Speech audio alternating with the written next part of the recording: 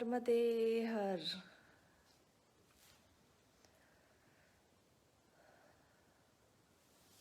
कैसी है सुबह आप सबकी? सभी लोग जुड़ेंगे तो फिर बातचीत का सिलसिला शुरू होगा। आज का प्रश्न मुझे लिखना पड़ा, एक ही प्रश्न है और मेरे छोटे भाई कुशल का प्रश्न है। और छोटा भाई तो मैं सिर्फ कहती हूँ, कई बार तो वो जिस तरह का वात्सल्य और प्रेम मुझे दिखाते हैं, मुझे लगता है कि हाँ बिल्कुल एक पुत्र जैसे उनका भाव होता है। उनका संबोधन भी हमेशा मैया रहता है और वो बहुत बहुत सटीक, बहुत सार्थक जागरण करते हैं। मैंने उनका जो जागरण सुना है वो एकदम बाकी जागरण से एकदम अलग है। और बड़ा मन भी है मेरा कि कभी अपने निवास स्थान पर उनके द्वारा वो जागरण आयोजित हो। तो कभी कोई ऐसा अगर संकल्प मेरा पूरा हुआ तो उनके द्वारा जब जागरण होगा तो आप सबको लाइव मैं सुनवाऊंगी। तरीका बहुत अलग होता है, वो भजन बहुत अलग होते हैं और उस समय की ऊर्जा उनकी बहुत अलग होती है। लेकिन मुझे लग रहा है कि कुछ व्यथित हैं वो किसी बात से, क्योंकि प्रश्न उतना ऊर्जावान नहीं आया है, थोड़ा सा पीड़ा से जुड़ा हुआ सा प्रश्न है, जैसे मन उनका दुखी हो। तो मैं उनकी भाषा में ही पढ़ती हूँ। किसी के प्रति निष्ठावान प्रेम, मानो जैसे ईष्ट से प्रेम, उसके अंदर बहती वो रसधार जिसमें वो प्रेम अपने में ही नदा में रहता है। यदि कहीं कोई उस निष्ठावान प्रेम और समर्पित भाव को कंचुलित करने का प्रयास करे तो क्या करें? आपने प्रश्न पढ़कर भी समझा होगा, ये उन्हीं की भाषा में पढ़ा है कि थोड़ा सा पदात्मक या काव्य का स्पर्श लेते हुए उन्होंने ये पंक्तियां लिखी हैं। तो उनके प्रश्न पर आते हैं। उनका कहना है कि अगर किसी के प्रति अगर प्रेम भाव है, इसे मैं अब अपने तरीके से पढ़ देती हूँ। किसी के प्रति प्रेम भाव है, समर्पण है, और तो वो इतना शुद्ध होता है, इतना पवित्र होता है जैसे एक भक्त का अपने भगवान से होता है, अपने आराध्य से होता है। तो अगर कोई तीसरा उसको कंचुलित कर रहा है तो इन्हें क्या करना चाहिए, ये इनका प्रश्न है। तो पहला प्रश्न तो कुशल आपसे ही है कि अगर आप किसी से प्रेम कर रहे हैं, किसी को समर्पण अपना जीवन कर रहे हैं, तो किसी तीसरे को दिखाने को कर रहे हैं या आपको स्वयं ये अच्छा लगता है इसलिए कर रहे हैं? क्योंकि अगर आपकी पीड़ा इस बात की है कि कोई तीसरा उसे कंचुलित कर रहा है, तो मुझे नहीं लगता आपको फर्क पड़ना चाहिए। मैं अपने ही उदाहरण से फिर बोलूंगी। मैंने अपना पूरा जीवन अपने पिता को दिया है, और जब मैं ये कहती हूँ अपना पूरा जीवन अपने पिता को दिया है, तो मैं कोई उपकार, कोई अहंकार, कोई परोपकार, कोई एहसान की बात नहीं करती हूँ। एक अच्छी संतान का ये ध्येय होता है कि वो अपना जीवन अपने माता पिता को दे, सर्वप्रथम ईश्वर से भी पहले दे।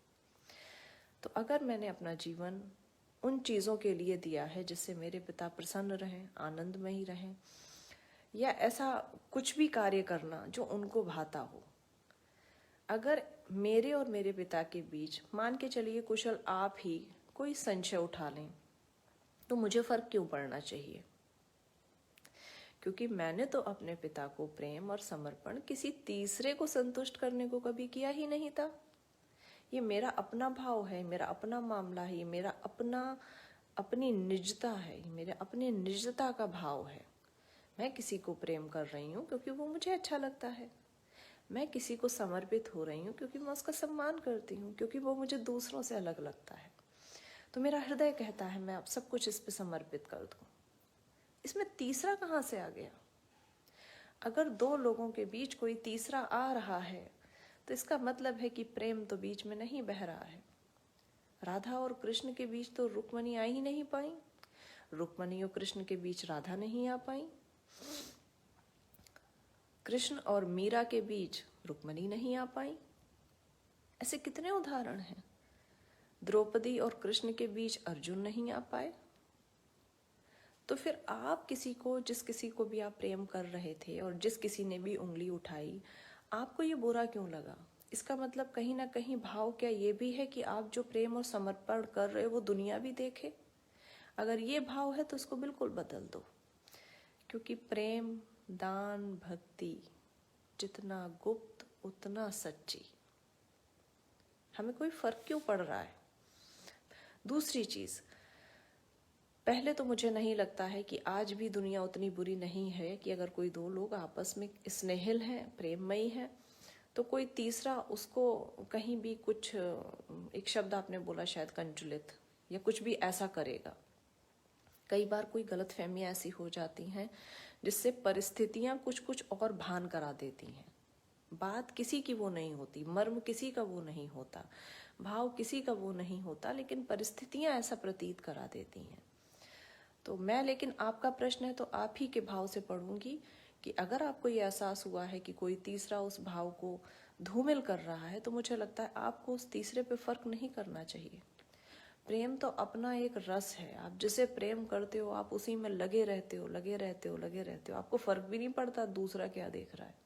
मुझे कोई फर्क नहीं पड़ता। इसको ऐसे समझिए, आप तो बहुत शानदार जागरण करते हैं मैया का। जब आप जागरण कर रहे हैं, वहां पे नीचे 20,000 लोग हैं, 20 लोग हैं, उनमें से कोई अगर ये कहे कि अरे ऐसे ही नाटक कर रहा है, इसको भाव नहीं है, तो क्या आपको फर्क पड़ना चाहिए? आपको फर्क भी नहीं पड़ेगा। आप कहोगे ये आपकी सोच है। मैं तो पूरे भाव से अपने मैया को भजता हूँ, और बहुत भाव से आप भजन गाते भी हैं। तो जब हम मंदिर जाएं या किसी को प्रेम करें, ये हमारा निजी मामला है, ये मेरा और उसका मामला है। किसी तीसरे को दखल दिला के तो आप ये साबित कर रहे हो कि वो तीसरा भी इम्पोर्टेंट है, वो तीसरा भी इतना महत्वपूर्ण है कि अगर वो आपके भाव को गलत कह रहा है और आप पीड़ा में आ गए, तो कहीं ना कहीं आपको भी अपराध है। क्योंकि अगर, मतलब मैं अपने से ही बोलूंगी कि मुझे कोई फर्क नहीं पड़ता अगर कोई मुझसे आके कहे कि किसी स्वार्थवश वो अपने पिता को समर्पित है, मुझे बिल्कुल फर्क नहीं पड़ता। और लोगों ने कहा है, ये मैंने खुद सुना है अपने ही लोगों से, कि कोई कारण होगा जो जीवन दे दिया है, पर मेरे माथे पे भी शिकन नहीं आया, बल्कि और निरंतरता से किया और समर्पण भाव से किया कि अगर ये कह रहा है तो कुछ कमी तो ना रह जाए। अगर ये कह रहा है कि भाव सच्चा नहीं है, तो झलक भी रहा होगा कि शायद भाव सच्चा नहीं है। इस बार और सच्चे भाव से करूंगी ताकि झलके भी, क्योंकि जिस चीज से आप लबालब होते हो ना, गिलास में आप भर दो जल और भरते जाओ, वो लबालब हो जाएगा, उफान मारेगा, छलक जाएगा। आपके हर अंग से वो प्रेम दिखता है, आपके हर भाव से वो प्रेम दिखता है, आपके हर एक कृत्य से वो प्रेम दिखता है। तो पहले तो आपको उस तीसरे की वजह से पीड़ादायक नहीं होना चाहिए, क्योंकि आपने किसी तीसरे के लिए किसी अपने को प्रेम नहीं किया था। तो क्या किया जाए में, ये प्रश्न ही मिट जाता है कि आप क्या करो। लेकिन फिर भी मुझे लगता है कि आपको और अधिक समर्पित हो जाना चाहिए। आपको हर उस चीज को मिटा देना चाहिए जिससे आपके ऊपर उंगली उठ रही है, जिससे आपके ऊपर उंगली उठा के कोई ये कह रहा है कि हाँ अभी कुछ कमी है। और कुशल हर चीज को सदैव सदैव सदैव आशावादी लो। तुमने हमेशा मुझे मैया बोला है, मैंने हमेशा तुम्हें पुत्र रूप में ही देखा है। तो अगर मैं एक माँ की तरह तुम्हें कोई शिक्षा दे रही हूँ, तो उसको एकदम आंख बंद करके ग्रहण करना।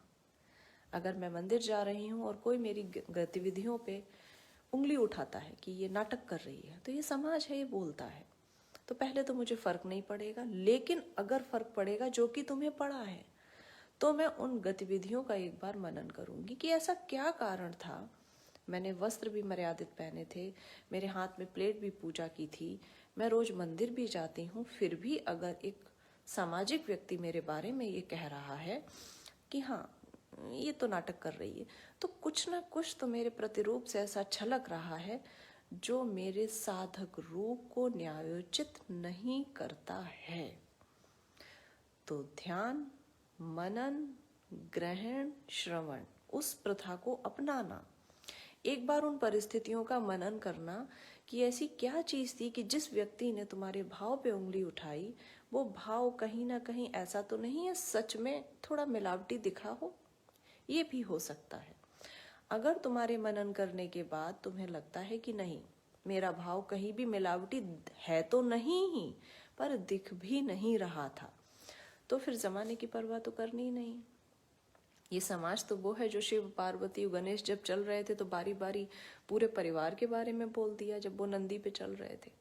तो बहुत परवाह मैं भी नहीं करती। तुम्हें भी एक माँ स्वरूप होकर यही शिक्षा दूंगी कि बहुत परवाह तुम भी मत करो, लेकिन अगर किसी तीसरे की बात को तुम्हें पीड़ा हुई है तो निसंदेह तुम्हारे जीवन में वो तीसरा भी कोई ना कोई महत्व तो रखता होगा।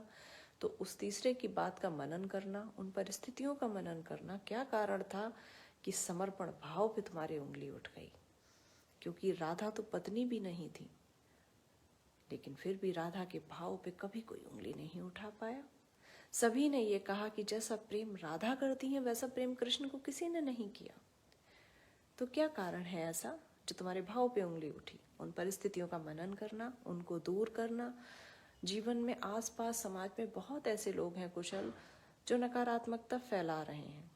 अगर तुम मुझसे जुड़ के भी उसी पीड़ा में, उसी नेगेटिव चीज़ों में रहोगे तो ना मेरे माँ होने का कोई अर्थ रहा, ना तुम्हारे पुत्र बनने का कोई अर्थ रहा, ना मेरे अध्यात्म का कोई अर्थ रहा। क्योंकि अगर मैं अपने इतने समीप के लोगों को आशावान नहीं बना पा रही हूँ, पीड़ा से नहीं निकाल पा रही हूँ, तो फिर सिर्फ मैं यहाँ बैठ के उपदेश दे रही हूँ। इसका मतलब है कि बस 10 मिनट मैंने उपदेश देने के लिए निकाले हैं, उसका धरातल पे कहीं क्रियान्वयन नहीं हो रहा है। तो आज से ही अपने भाव को इतना पूर्ण करना, इतना शुद्ध करना, इतना दिव्य बनाना कि फिर कभी कोई उंगली ना उठाए, और उन परिस्थितियों का मनन करना। और बहुत फर्क डालना भी नहीं चाहिए, लेकिन हम मनुष्य एक सामाजिक प्राणी है, तो समाज में आसपास होने वाली सभी गतिविधियों पे उसकी एक आंख तो रहती ही है। कोई कुछ कहता है तो दुख भी होता है, कोई अच्छा बोलता है तो सुख भी होता है।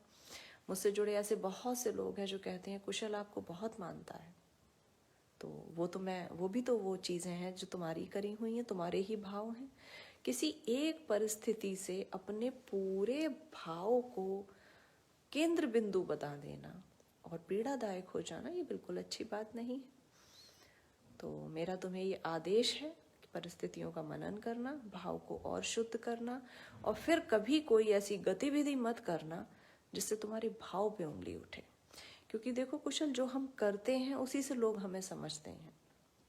अभी अगर मैं ऐसे वाइट शॉल ओढ़ के और चंदन पहन के बैठी हूँ तो कहीं ना कहीं मैं समाज को ये समझाना चाह रही हूँ मैं साधक हूँ।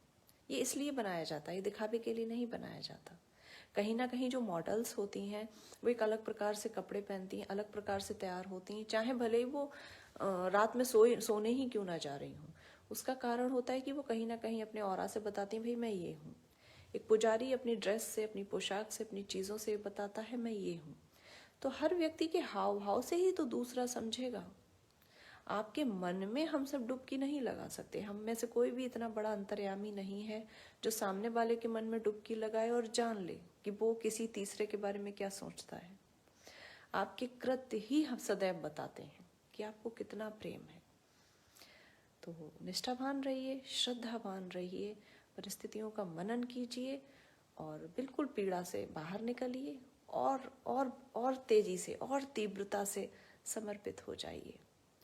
और कल फिर हम ऐसे ही, आज बहुत सारे मुझे लग रहा है प्रश्न आ रहे हैं, मैं नोट डाउन करूँगी। कल हम इसी में से कुछ ना कुछ उठाएंगे, क्योंकि मैं जब रोज़ देखती हूँ इसको बंद करने के बाद तो मुझे लगता है 5 से 10, 10 से 15, 15 से 20 मिनट तक भी मैं पहुँचती जाती हूँ आपसे बात करते करते और भूल जाती हूँ, समय का ध्यान नहीं रहता। और आज तो कुशल का प्रश्न था, वो मुझे बड़े अति प्रिय हैं, तो मुझे मतलब समय देना ही था तब तक जब तक कि वो संतुष्ट नहीं हो जाते। और मुझे पूरी उम्मीद है कि जब मैं कुछ नहीं बोलती हूँ तो कुशल तो मेरा मौन भी समझ लेते हैं। तो आज मेरी वाणी से तो और अधिक समझे होंगे। तो तुम्हें बहुत बहुत आशीर्वाद और आप सबको मेरा प्रणाम, नमन। कल फिर इसी समय पे आऊँगी आपकी जिज्ञासाएं लेके। नर्मदे हर।